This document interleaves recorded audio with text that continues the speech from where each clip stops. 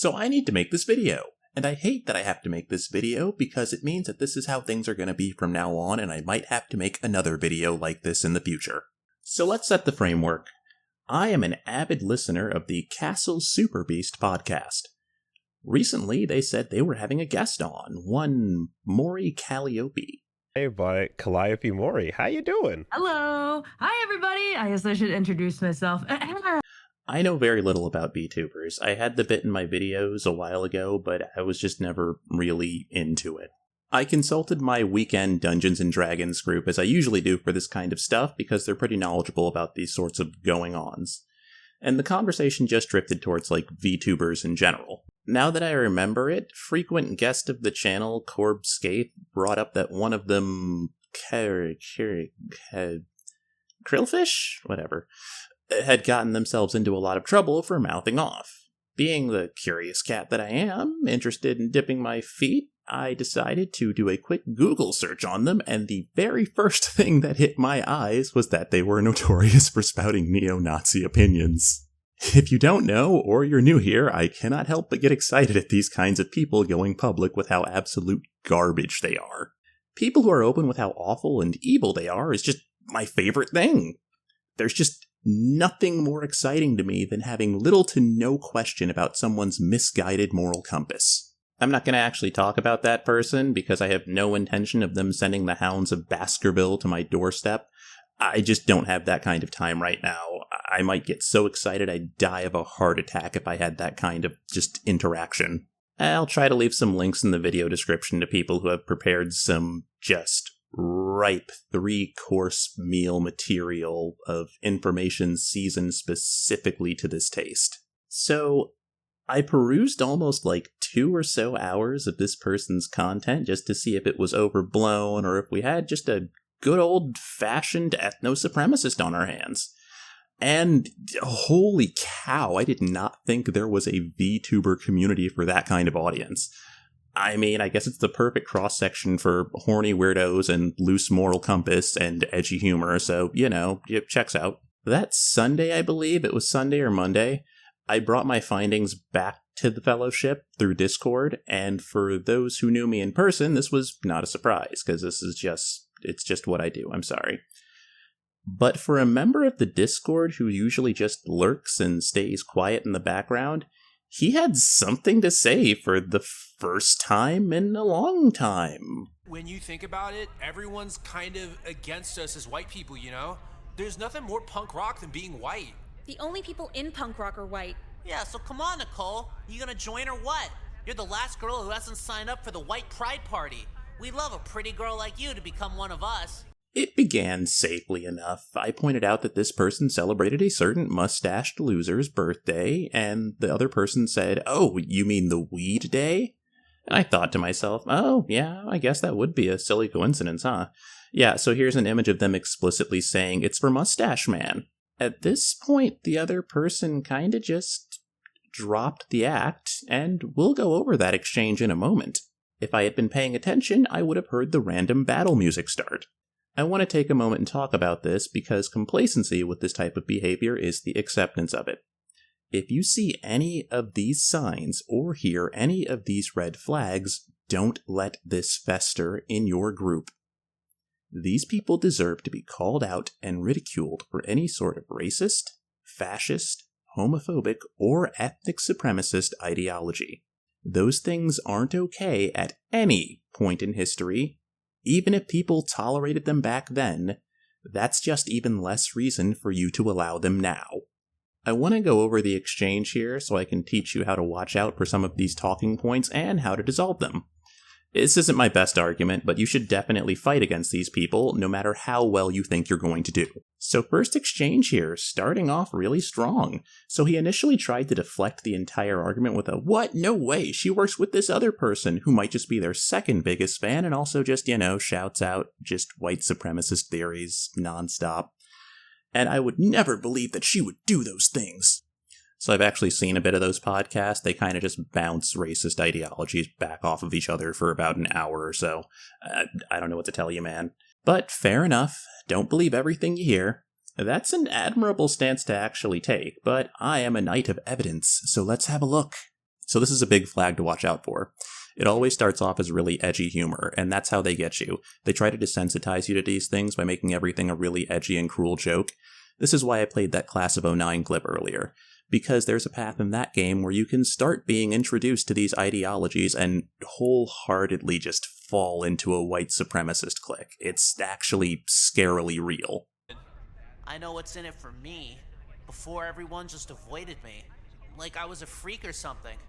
But then Jekka saw me crying in the hall alone and invited me to the White Pride Party.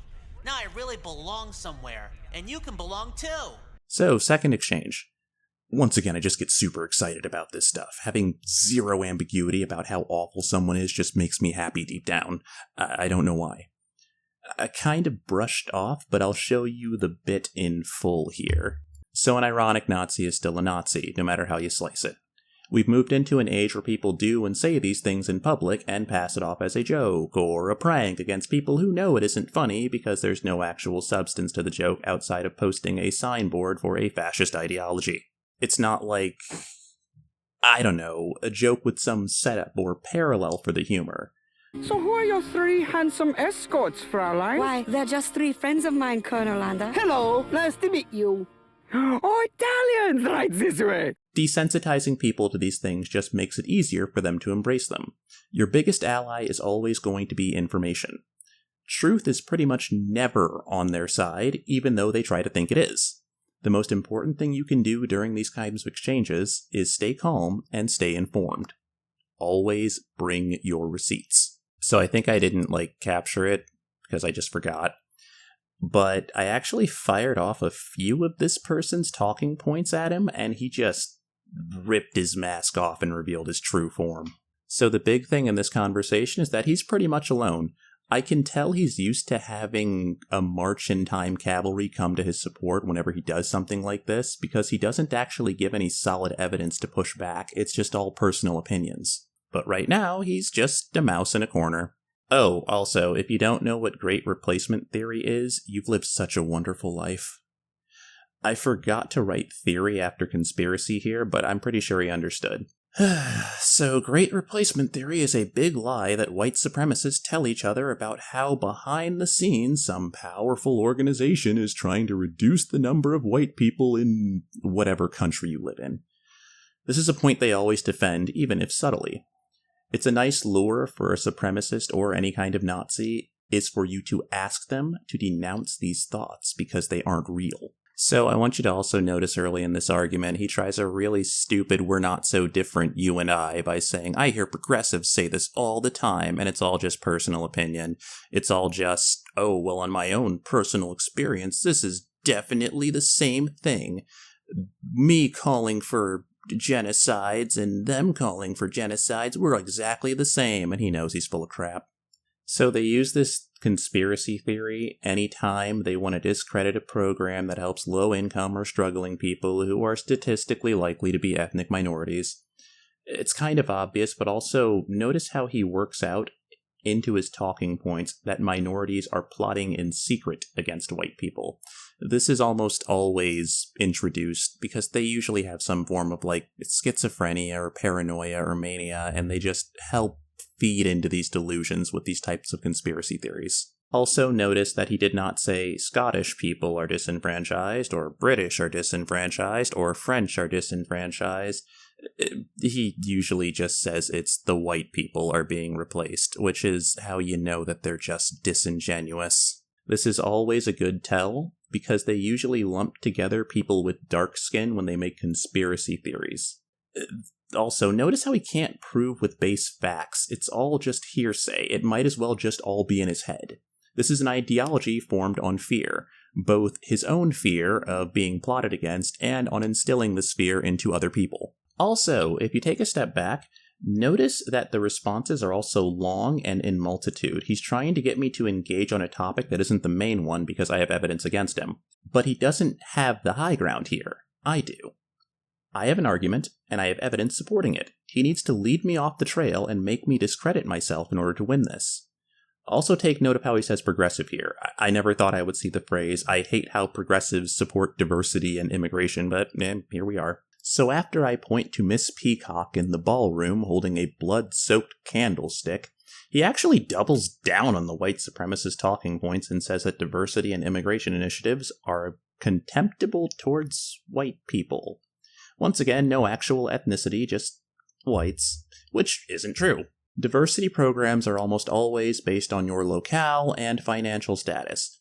You do have scholarship programs sometimes, but usually these go to like ethnicities that are noticeably lower in income or representation than others. I don't actually know what to tell you on this one. Typically the people who seek this kind of help just aren't white. But, if you want a good example of someone who did get this kind of help who was white, our current vice president went to college on a diversity scholarship for military veterans, which was part of Yale's diversity, equity, and inclusion program before they got rid of it. So, way to pull the ladder up behind you, I guess. Ugh, only in Ohio. But yeah, all of the exclusion garbage is not just silly, but also fake. A big part of these ideologies is to stop minorities and immigrants from getting any form of help, even if that means cutting it off from other people who could use it. Literally just cutting off your nose to spite your face. These motives aren't about helping people who look like you, but instead are about hurting people who do not. So if you're on the attack with these arguments, keep attacking a single point until they break. These types don't believe in defeat or failure in the marketplace of ideas because they rarely have any original ideas of their own. It's important to take note what strategies that they use when they're flailing for some solid ground in an argument. It usually comes down to running on a tangent or morphing the argument into something completely different so that they can gain some kind of headway on you. If these fail, they'll just lie their ass off, like, shamelessly. Speaking of which, fourth exchange, leading off with once again a pity party for the defense that has nothing to do with the point that I made. He argues that minorities and progressives, they use these terms in place of saying slurs while in public, are calling white people oppressors and colonizers.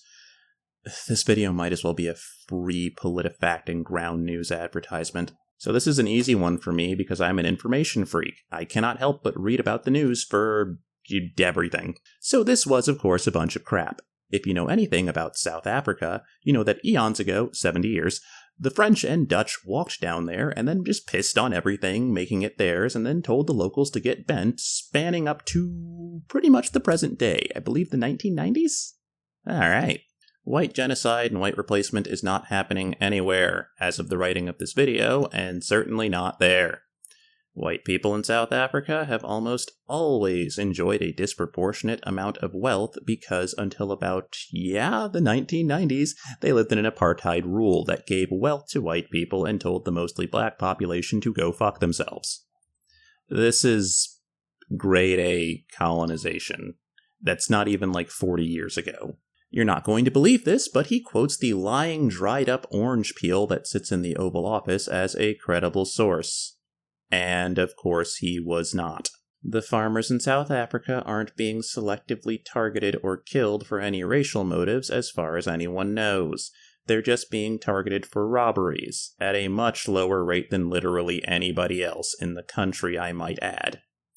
There were 27,494 murders in South Africa between the years of 2022 and 2023. Only 50 of those were committed on a farm. It's also unknown what the actual ratio is because they don't typically record the race of people who are murdered on farms. Even if it was 100% of the people murdered on a farm, it would still only be about 0.2% of the total murder victims in that year. Murder is tragic, but less than 0.5%. It's funny, I think I actually heard that on NPR. But hey, when you value some lives more than others, that number must just seem a whole lot bigger. This ideology is about justifying and instilling fear not only within yourself, but the others around you for things that are well beyond their control, like skin color. I knew I had read this somewhere before and didn't provide receipts because I didn't think this guy used any real evidence in any opinion that he's thrown out either. And yeah, kind of shows now. Also, remember to call them out on hypocrisy. It's always a good move. You'll see why in a moment. So staying well informed is always a great move. Go use a fact checker or check a few different news sources on how they're handling stories and see what adds up and what doesn't. He tried to run away with this because I think he thought that I didn't know what I was talking about and just didn't realize what he was getting himself into. He just made kind of more trouble here by saying whatever made him sound good. This is a big one to watch out for. They can just, like, as easily as they blink, just lie their asses off. As long as it sounds good in the moment or gets them the victory right then and there, because nobody fact checks. This dude didn't fact check. I mean, I fact checked, but I'm crazy, so, you know. Also, yeah, right at the tail end there, I can't believe people who were in an apartheid state for 70 years are mad that they're in an apartheid state and are still being treated as third-class citizens in their own country. Gee, I wonder why they're so upset. It's a mystery. So Fifth Exchange, he clearly took it personally when I called him out on just using his own personal opinions from his limited worldview, and he tries to redefine what his argument is about, even though he said earlier all of the stuff was about things that he heard and saw and, you know, other things that are probably just in his head. Now it's not, I know these things because I've heard them, so they must be true. It's, these are different contexts for these situations from the framework that you set, so they could still be true, even if I can't prove them. You're going to get this a lot. You're going to hear this all the time. So I then refer back to the things he just said, which he did in fact dodge. And dodges again, because the evidence is still in my favor. Like I said a moment ago, South Africa was an apartheid state until very, very recently. He then retorts that the people who never owned the land, they did, they lived there, that's theirs. And that is much better now under new ownership. If that does not set off flags for you, I do not know what will. So this is a really common one, known as the white savior. It's something that they use for any kind of colonization, apartheid, you know, any of that garbage, by saying, hey, when we took that, we made it so much better, so that means we should get to keep it. This is the same mentality of a bully stealing your bike and then painting crappy hot rod flames on it so he thinks he gets to keep it now. Literally the same mentality. Oh, by the way, I still stand by the point that opposing immigration and refugees is for fuckboys. Also, this next bit is a good example of a drop of truth in an ocean of lies. He points out that refugees lie about refugee status, probably, but it most certainly isn't all of them. Immigration initiatives, at the level the US does them, isn't done very well. It'd probably be done a lot better if we invested in these programs instead of gutting them. And that immigration is in fact not in your best interest. What an idiot. Is in fact not in your best interest as an American. That's the stupidest thing I've ever heard. Immigration is always in your best interest as an American. In the last year, undocumented immigrants paid almost $20 billion in taxes. This is as opposed to some of the bigger companies like Amazon and Google who dodged about $20 billion in taxes. They are paying money into a system that they themselves will probably never benefit from and in some cases acts against them. So he propped up his xenophobia with two actual issues, which is a common tactic for fascists. They like to hide stupid-ass ideologies sandwiched between actual problems. Also, Social Security is not a scam. Social safety nets for people living in the country is the responsibility of the government running that country, you know, to in fact provide for their people. He also worked a fairly stupid point in here about baby boomers not having as many kids as prior generations. Yeah, that's why they were the boomer generation, because at that time we had a population explosion following the war, and they had a level of prosperity that the New Deal brought about for that generation. Oh my goodness. Oh god, another stupid-ass move. Yeah, illegal immigration is not mainly sex, drug, and human trafficking. A lot of that stuff is done through completely legal immigration done inside the US. It's actually ridiculously high in Nevada. Like, this comes from a study done by the Jocelyn law firm. The call was in fact coming from inside the house. Reducing the influx of and taking action against immigrants, especially since they commit crimes and cause problems at an astronomically lower rate than normal US citizens, is an actual fuckboy move. Also, the government never discriminated against white South Africans. What he's doing here is just making shit up to make me sound discredited because he has no actual points to stand on. So, yeah, this is another big one. What he's doing here is chasing cars. He's throwing a bunch of points out, and whichever one I can't defend is the one he'll attack. So I chose none of them and went right back to demeaning his Nazi waifu. I never had a reason to be on the defense for any of this. I was the one making the argument with evidence. He's just BS'd and thrown out spaghetti at the wall to see what sticks. I said this earlier, and I'll say it once again. I can't help but get excited by these types of characters showing their moral void that is their beliefs. So anyway, I keep on the attack and just knock him flat on his ass. So I said it a second ago, but keep an eye out for this. This is actually called gish galloping, where they run their mouths forever and bring up a bunch of different bullshit to just confuse you and trip you up. I like to call it chasing cars because it really fits in well with the whole dog whistle thing. But there's no need for you to. As long as you have the high ground and you're able to make the point and constitute your argument against whatever it is you're arguing for, you don't need to. Just stick to the point. Sixth exchange. No one jumped goalpost. Yeah, actually, yes, you did, like a few times. The first about how you think great replacement theory is real, then about South Africa, then it's about immigration rates. Yeah, that's moving the goalpost, my dude. You're just trying to change the argument. Once again. This conversation has moved from your favorite VTuber is a Nazi to great replacement theory is real and people I don't like support it, and no, we don't have any evidence, why should I? So this one is kinda self-telling all on its own. He decries the position that he's defending, saying that they're not a Nazi by showing that they support a massive Nazi and white supremacist conspiracy theory, and then backpedals on, if it walks like a duck, which he misused here too. I get it, dude. I was a big JonTron fan a while ago. Sometimes your favorite creator is a Nazi. The main question on everyone's mind is, oh, is he a racist? Is he a Nazi? Simple answer, and this is what everyone wants. I mean, no. Weirdly enough, he actually doesn't show any proof for his ideals. He just says it's all, well, conspiracy theory. Like, to the letter. Secret meetings and overheard conversations that they're all out to get me. This is a form of paranoia and mania. Hey, future me, editing the video here. I just wanted to jump back in because I actually forgot to talk about the duck bit, like I intended to. So yeah, the analogy here is that if it walks like a duck, if it talks like a duck, if it quacks like a duck, it's a duck. I'm sure most of you know that, but just to elaborate, we have a lot of people in, I guess you could say just online social spaces who do out and out just call themselves Nazis. You have a lot of people who don't and just kind of play the, well, I didn't outright say it thing, and they just kind of dance around it forever. Someone who brings up these types of points and continually makes references to this type of thing, yeah, they're probably in there. Even if you don't want to admit it, there's a lot of people who kind of wink wink nudge nudge, and most people don't know what to watch out for. So yeah, point stands. He attempts to throw it back, but I don't think he realizes that in order for him to throw it back at me, he would have to catch someone or me calling for these things, and he doesn't have any proof. Sorry, I'll get back to the examination now. You can't really turn this around when I gave visual proof of the person talking about these things, and you have acknowledged that this person has talked about these things. Holy crap, past me. You really hit the nails on the head this time. Good job. But when the time comes to show proof of the opposite side, all you get is... And that was just the next morning. I don't think I fact-checked any of this. I believe I just knew all this crap off the top of my head at the time, or had an inkling of what was going on. Hey, alright, I can live with that.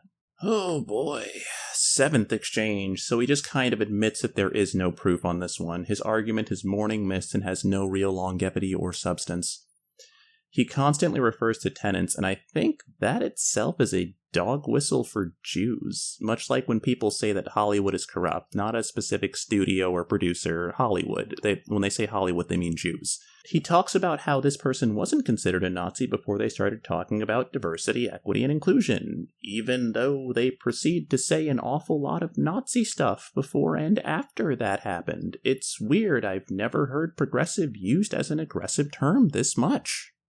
He doesn't actually have an argument or know that I've watched almost 2 hours of footage of this person and caught all the subtle dog whistles they said, but I guess when you're just a hound in the pack, it probably just sounds like a regular whistle. So this is another really big defense they have, that you call everyone a Nazi just because they disagree with you. No, I call people who support, ethno-supremacist ideology and, skull-shaped science and apartheid states. Those people are Nazis. They've been Nazis for the past century. Also, notice how he gives up defending his hot garbage conspiracy theory, because deep down, fascists don't care about anything but superiority, no matter how it can be attained. At this point, I think he might be waking up to how silly this all sounds when confronted with someone who actually knows what they're talking about. But he's not winning the argument, so the best course of action is just to pretend that it doesn't matter, or that he doesn't care. I can't lose if this never mattered to me.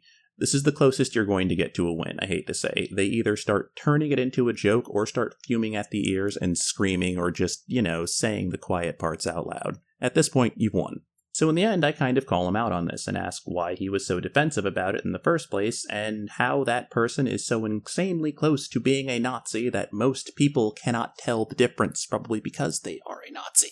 So this leads to our final exchange. I blocked him after this last message because I could tell deep down this was something that he had made a core of his being and had no desire to truly change. You guys are getting my semi-live reaction to this last message he wrote because I just didn't care enough. I'm sorry. So I proceeded to name off the ways that this mystery person has said some troubling things under the guise of, lol, just a joke, lol. An ironic Nazi is still a Nazi. Spreading hateful messages, even in jest, is still spreading hateful messages. So, let's see. Holy crap, he doubled back down on the Great Replacement Theory. I don't understand the point he's trying to make on what to call it. It's a conspiracy theory because there are facts showing that it isn't real. National Census shows us that there is no massive decline in Caucasians, at least not from being the majority in the US as they have since its inception. It's a bunch of crap to convince people to be massive racist. The reason that number goes down at all pretty much is because segregation has gone down. People are usually a couple of different ethnicities nowadays. He then says that he doesn't believe in it, but he does? Okay. I guess I should break it down easy. If you are white and you have children with someone who is not white, you can still just have those children inherit all of your values and customs. Skin color does not determine any of that stuff. Even if you don't share a melanin count with your progeny, you can still just love them and hope that they live a happy and successful life. He also says there are no pro-abortion rallies, and actually, yeah, I'd still go to a pro-abortion rally. But I worked in an abortion clinic when I was doing my internship stuff, and it was surprisingly boring. Most abortions are just your doctor prescribing you pills and telling you the directions on how to take those pills. That's like 90% of them. The surgical ones are always handled by a specialist, and it's usually in the case that something is about to go wrong now or later in like the first trimester or like early in the second trimester. But I like to know a thing or two about anything at all. So he's pointing out that when you call things conspiracies, you never find them, and it makes people sound crazy, avoiding people doing any due diligence to verify anything. I'm not gonna laugh. I'm not gonna laugh. This is a serious video. I'm not gonna laugh.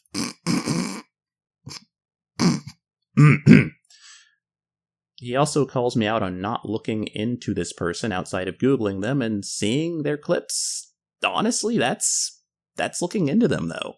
He's saying that me knowing that she's doing dog whistling is a conspiracy, but she is. But that's... I'm going to refer back to earlier when you were a hound. Dog whistles are just regular whistles. And I do know what these things mean. These clips were sourced from their streams and Twitter? What? And then he throws the duck line back at me? This might be the biggest tell. Fascists are innately uncreative. He doesn't really know how to turn this on me. He just wants to get that big dunk on the libs or feel some sort of semblance of victory. Also, great to look out for is the "you don't have any evidence and the evidence you brought me is fake."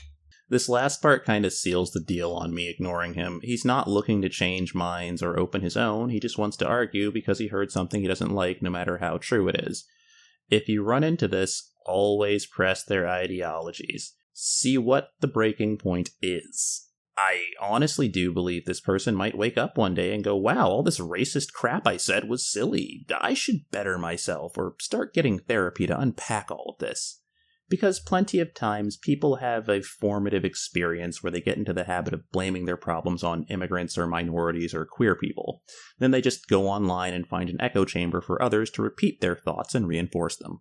You can't allow this to fester in any group that you care about. This is an ideology that has no true substance and will rot any group from the inside out. They're like an infection. If you don't deal with it now, you'll watch them use their brain-dead talking points and edgy jokes to turn whatever space they inhabit into another festering blister. I'd actually recommend you go watch the video How to Radicalize a Normie by Innuendo Studios. I'll link it below. I never thought I'd be doing this with my channel. Fighting stupid fascist crap. I mean, the first thing I uploaded on here was me dubbing over the intro to The Ocean Hunter. I didn't really think I'd get here, at least not in the last couple of years. I just wanted to goof off and talk about Gundam. Nothing political about that. I'd actually like to cap this off by saying that I don't know what to make of this young gentleman.